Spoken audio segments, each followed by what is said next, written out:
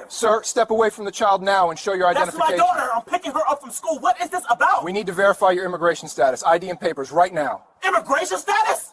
I'm from Atlanta. I'm an American citizen. This is ridiculous. Step away from the child or you're interfering with a federal investigation. Are you serious? What's happening? There's a specific kind of fear that comes with being a black parent in America. The fear that someday, somewhere, your child will watch you be treated like you're less than human, and there's nothing you can do to protect them from seeing it or understanding why. For Isaiah Crawford, that fear became reality on December 3, 2025, at 3:17 p.m. in the parent pickup line of Riverside Elementary School. 3 IC agents approached him as he was helping his 8-year-old daughter into his car, assumed he was an undocumented immigrant based on nothing but his appearance, and arrested him in front of her and dozens of other children leaving school for the day. The body cam footage captures everything: a father trying to protect his daughter from trauma, agents ignoring every piece of evidence that contradicted their assumption, and a little girl screaming for her daddy as strangers put him in handcuffs. What it doesn't capture is how you explain to a child that the people who hurt her father were just doing their jobs, or how you rebuild trust in authority after watching it destroy your sense of safety.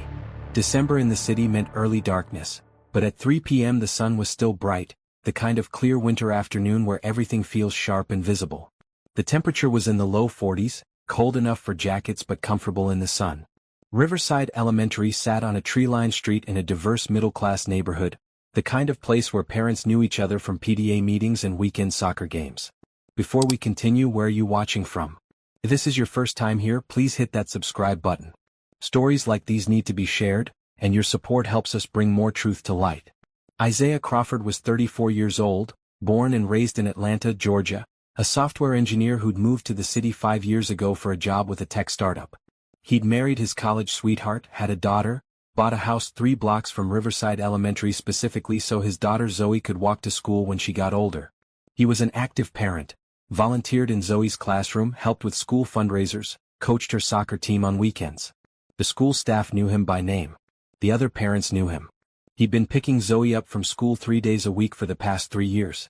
His daughter Zoe was 8 in 3rd grade, a bright kid who loved reading and drawing and telling anyone who'd listen about the latest book she'd finished.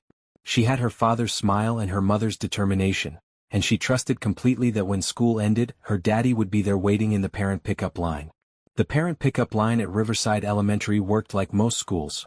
Parents pulled into a designated area, showed their pickup tag to the staff member coordinating dismissal, and their child was called from the waiting area to meet them. It was organized, supervised, safe. A place where children should feel protected. The IC agents' bodycams activated when they exited their vehicle at 3:15 p.m. Special Agent Kenneth Briggs, white, mid-40s, 11 years with IC. Special Agent Jasmine Porter, black, late 20s, 3 years in the field. Special Agent Carlos Ruiz, Latino, early 30s, 5 years with the agency. 3 federal agents who'd been conducting what they called routine surveillance of the neighborhood looking for individuals who matched descriptions in their database. Isaiah had just pulled his silver Toyota RAV4 into the pickup line, shown his laminated pickup tag to Mrs. Patterson, the teacher on duty, and waited while Zoe was called from the cafeteria where students gathered after dismissal. The body cam shows Isaiah standing outside his car, leaning against the driver's side door, watching the school entrance for Zoe, his phone in his hand, scrolling through messages. Zoe came out with her backpack bouncing, her jacket half-zipped, a drawing clutched in her hand that she'd made in art class. "Daddy, look what I made." Isaiah smiled, that wide genuine smile of a parent seeing their child after a long day. "Let me see, baby girl." That's when the 3 agents approached. The body cam footage shows Briggs walking directly toward Isaiah, his hand already moving to his badge, his posture aggressive from the start. "Sir, step away from the child and show us your identification." Isaiah looked up, confused, his arm protective around Zoe who'd reached him and was now holding his hand. "That's my daughter. I'm picking her up from school." "What's this about?" Other parents in the pickup line had stopped, turned to watch. Mrs. Patterson, still holding her clipboard, took a step forward, uncertain. "We need to verify your immigration status," Porter said, stepping closer. "ID and papers now." "Immigration status?" Isaiah's voice rose slightly, disbelief mixing with anger. "I'm from Atlanta. I'm an American citizen. This is my daughter." Zoe pressed closer to her father, her 8-year-old mind trying to process why strange adults were confronting them, why her daddy's voice sounded stressed. "Sir, step away from the child or you'll be charged with interfering with a federal investigation," Briggs said. Interfering with what? I'm picking my daughter up from school. This is Zoe Crawford. I'm Isaiah Crawford. I do this 3 times a week. Ask the teacher. Mrs. Patterson walked over, her voice shaking slightly. Excuse me, officers. This is Mr. Crawford. He's Zoe's father. He's on our authorized pickup list. He's here all the time. Briggs barely glanced at her. Ma'am, this is a federal matter. Step back. Daddy, what's happening? Zoe's voice was small, scared. Why are they yelling? Isaiah knelt down to Zoe's level, keeping himself between her and the agents. It's okay, baby. There's just been a mistake. These people think. Stand up, sir, Ruiz cut him off. Hands where we can see them. I'm talking to my daughter. I'm not a threat. I'm a parent at a school. Stand up now, Briggs ordered, and there was a threat in his voice that made several parents gasp. Isaiah stood slowly, his hand still holding Zoe's. I have my driver's license in my wallet. I have my work ID. I have my daughter's birth certificate in the car if you want to verify I'm her father. I don't know what you think you're seeing, but I'm an American citizen picking my child up from school. We'll verify that at our office, Porter said. You need to come with us. I'm not going anywhere without my daughter. And I'm not taking my daughter to an ICE office. You want to verify who I am? Call the school principal. Call my employer. Call anyone. But I'm not leaving my 8-year-old daughter standing here while you take me somewhere. The body cam shows the standoff. Isaiah standing firm, Zoe crying now, clinging to her father's leg, other parents pulling out phones to record, Mrs. Patterson on her radio calling for the principal, children gathering at the school windows to watch. Sir, if you don't comply we'll have to detain you, Briggs said, pulling out handcuffs. Detain me for what? What law am I breaking? What probable cause do you have except that I'm black and you've decided that means I'm probably illegal? A parent from another car shouted, Leave him alone. He's here every week. That's his daughter. Another parent, a white woman in her 40s, approached with her phone recording. I'm filming this. I know this man. He coaches my son's soccer team. This is wrong. Ma'am, step back or you'll be arrested for obstruction, Porter warned. Obstruction of what? You're harassing a parent in a school zone. The principal, Dr. Melissa Washington, came running out of the building. She was a black woman in her 50s, 20 years in education, and she immediately understood exactly what was happening. What's going on here? She demanded, positioning herself between the agents and Isaiah. Federal immigration enforcement, Briggs said. This is not a school matter.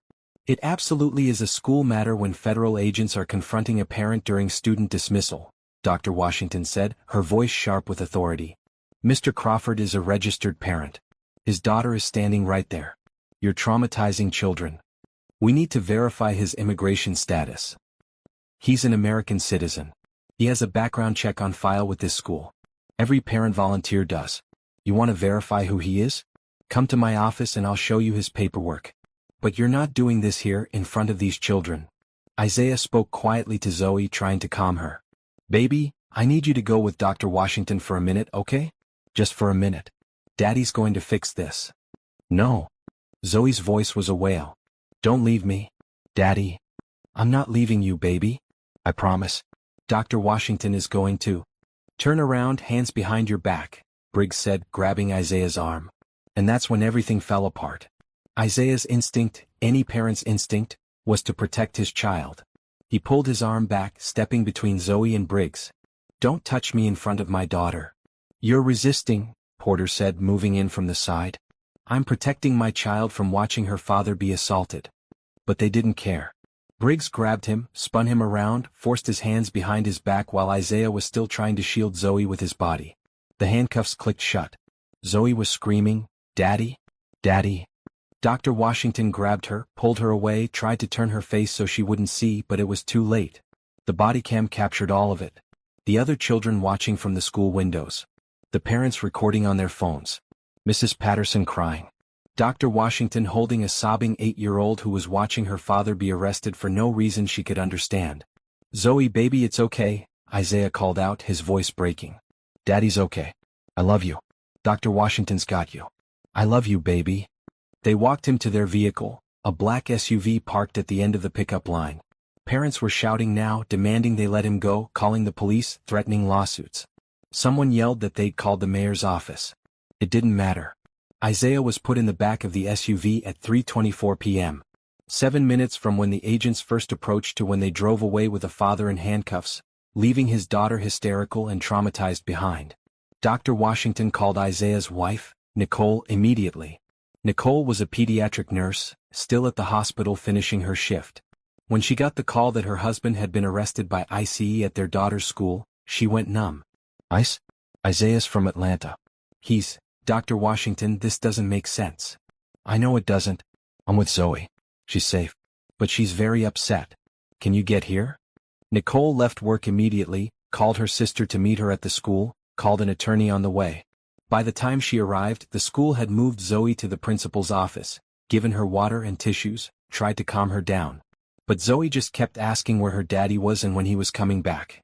The footage from the agents' body cams and the parents' cell phones spread across social media within an hour. #DaddyPickup started trending. The image of a black father being handcuffed while his daughter screamed became another viral moment in America's ongoing conversation about immigration enforcement and racial profiling. At the ICE field office, they processed Isaiah like any other detainee. Photos, fingerprints, property inventory. He gave them his information: name, date of birth, social security number, address, and told them for the third time that he was born in Atlanta, had his birth certificate at home, worked as a software engineer, and had just been trying to pick his daughter up from school. We'll verify everything, the intake officer said, bored. How long will that take? My 8-year-old daughter just watched you arrest me for no reason. She's traumatized. I need to get back to her. We'll verify as quickly as we can. It took 90 minutes. 90 minutes to confirm what Isaiah had told them from the start. He was born in Atlanta on July 22, 1991, to American parents. He was a United States citizen. He had no immigration violations because he'd never immigrated. He'd lived his entire life in America. At 5:17 p.m., Briggs came to the holding cell. You're free to go. We've verified your citizenship. Isaiah stood slowly, his wrists sore from the cuffs. That's it? You traumatized my daughter, arrested me in front of her school, humiliated me in public, and I just, go. You were detained for immigration verification. We verified. You're released. On what basis did you detain me? What gave you probable cause to approach me in a school pickup line? We don't need to discuss that. You're free to leave. I'm going to sue, Isaiah said quietly. I'm going to sue all three of you and ICE, and I'm going to make sure everyone knows what you did to my daughter. Briggs's expression didn't change. You have that right. Your property is at the desk. Nicole was waiting in the lobby with their attorney, a civil rights lawyer named Patricia Jensen who'd left her dinner to meet them. The reunion was brief. Isaiah just wanted to get to Zoe. They drove to Dr. Washington's house, where Zoe was staying with Nicole's sister while they dealt with the ICE detention. When Isaiah walked in, Zoe ran to him, threw herself into his arms, and started crying all over again. You came back. They let you come back. I told you I would, baby girl. I told you I'd come back. But something had broken. Isaiah could feel it in the way Zoe held on to him, wouldn't let him out of her sight for the rest of the night, woke up screaming from nightmares about strange people taking her daddy away. Should children be protected from witnessing parental detentions except in cases of immediate danger? Or is traumatizing kids just acceptable collateral damage in immigration enforcement? Comment below, because what happened to Zoe Crawford, watching her father arrested while picking her up from school, is a specific kind of harm that never fully heals. The lawsuit was filed on December 15, 2025. Against the three agents personally and against ICE as an agency. The charges included false arrest, unlawful detention, violation of civil rights, intentional infliction of emotional distress, and deliberate indifference to the welfare of a child. The damages sought, $4.4 million. $1.4 million in compensatory damages for Isaiah's violation and Zoe's trauma. $3 million in punitive damages designed to punish the agents and deter future similar conduct. The discovery process revealed what everyone had suspected. The agents had no specific tip about Isaiah. No warrant. No database match. They'd been conducting proactive enforcement in the neighborhood and had decided that a black man in the school pickup line looked suspicious. When pressed in depositions about what made Isaiah look suspicious, Briggs couldn't articulate anything beyond he fit a profile. What profile? Someone who might not be documented. Based on what? Experience and training. What specifically? Silence. The body cam footage was damning. It showed agents approaching a parent in a school zone, ignoring information that contradicted their assumption, escalating unnecessarily, and arresting someone in front of children including his own daughter. Expert witnesses testified about the psychological trauma of children witnessing parental arrest, about racial profiling, about the complete absence of probable cause. The trial happened in June 2026. The jury watched the footage, all of it. The body cam from 3 angles. The cell phone videos from parents. The security camera from the school. They listened to Zoe testify, now 9 years old, about her nightmares, about being afraid every time her daddy picked her up from school that the bad people would come back. Her testimony was brief but devastating. The prosecutor asked gentle questions, kept it simple for a 9-year-old. Zoe, do you remember December 3rd? Yes. Can you tell us what happened that day? The people took my daddy. Her voice was small. He was picking me up like always and they said he had to go with them and I said no and he said it was okay but it wasn't okay because they put metal things on his hands and he couldn't hug me and I was scared. Are you still scared sometimes? Yes. Every day at 3:15 I get scared that they'll come back. Several jurors wiped their eyes. The defense attorney declined to cross-examine a 9-year-old about her trauma. They listened to Dr. Washington testify about the aftermath. Children at the school asking why police took Zoe's daddy, parents pulling kids out of school because they no longer felt safe, the community meeting required to address the trauma. She described how Zoe had withdrawn for weeks, stopped participating in class, stopped playing with friends during recess. I've been an educator for 20 years, Dr. Washington said. I've never seen anything like what happened that day. Federal agents detaining a parent during dismissal in front of children, with no regard for the trauma they were causing. It changed our school. Parents don't feel safe. Children don't feel safe. And nothing we've done has fully repaired that damage. A child psychologist testified about the long-term effects of witnessing parental arrest. Dr. Sarah Kim, who'd been treating Zoe since December, explained the impact. Children Zoe's age are developing their understanding of safety and authority. When they witness a trusted adult, particularly a parent, being taken by other authority figures, it fundamentally disrupts their sense of security. Zoe has PTSD symptoms. Nightmares. Hypervigilance. Separation anxiety. These aren't temporary reactions. These are lasting psychological injuries that will require years of treatment. They listened to Isaiah describe explaining to his daughter that he hadn't done anything wrong but was arrested anyway, that the people who hurt them wouldn't face consequences, that sometimes being right doesn't protect you. How do you tell your 8-year-old that the world isn't fair? Isaiah asked, his voice thick with emotion. How do you explain that people can hurt you and call it law enforcement? Zoe asked me if I did something bad. I said no. She asked why they took me if I didn't do anything bad. And I didn't have an answer that made sense to an 8-year-old. Because the real answer is that they looked at me and decided I didn't belong. And that's not something a child should have to understand. Nicole testified about the aftermath at home. About Zoe refusing to sleep alone. About the panic attacks. About the questions that had no good answers. My daughter asked me if the people who took Daddy could take me too. They could take her. I told her no, we're all citizens, we're all safe. And she asked me if Daddy was a citizen. I said yes. And she said, but they took him anyway. And what do you say to that? How do you promise your child they're safe when she watched you fail to protect her father? Mrs. Patterson, the teacher who'd been on dismissal duty that day, testified about trying to intervene, about being threatened with arrest herself, about the helplessness of watching a parent she knew well being treated like a criminal. I've worked at Riverside for 12 years, she said. I know Mr. Crawford. I see him 3 times a week. He's one of our most involved parents. And I stood there with my clipboard and my walkie-talkie and I couldn't do anything. The agents wouldn't listen. They didn't care that we knew him, that his daughter was standing right there, that this was a school zone full of children. They didn't care.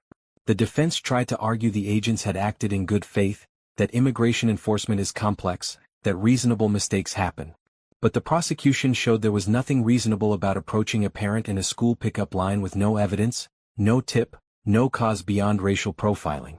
The prosecution presented the agents' training records, showing they'd been taught to identify actual suspicious behavior, to have articulable probable cause, to consider the presence of children in their enforcement actions. They'd been taught all of it.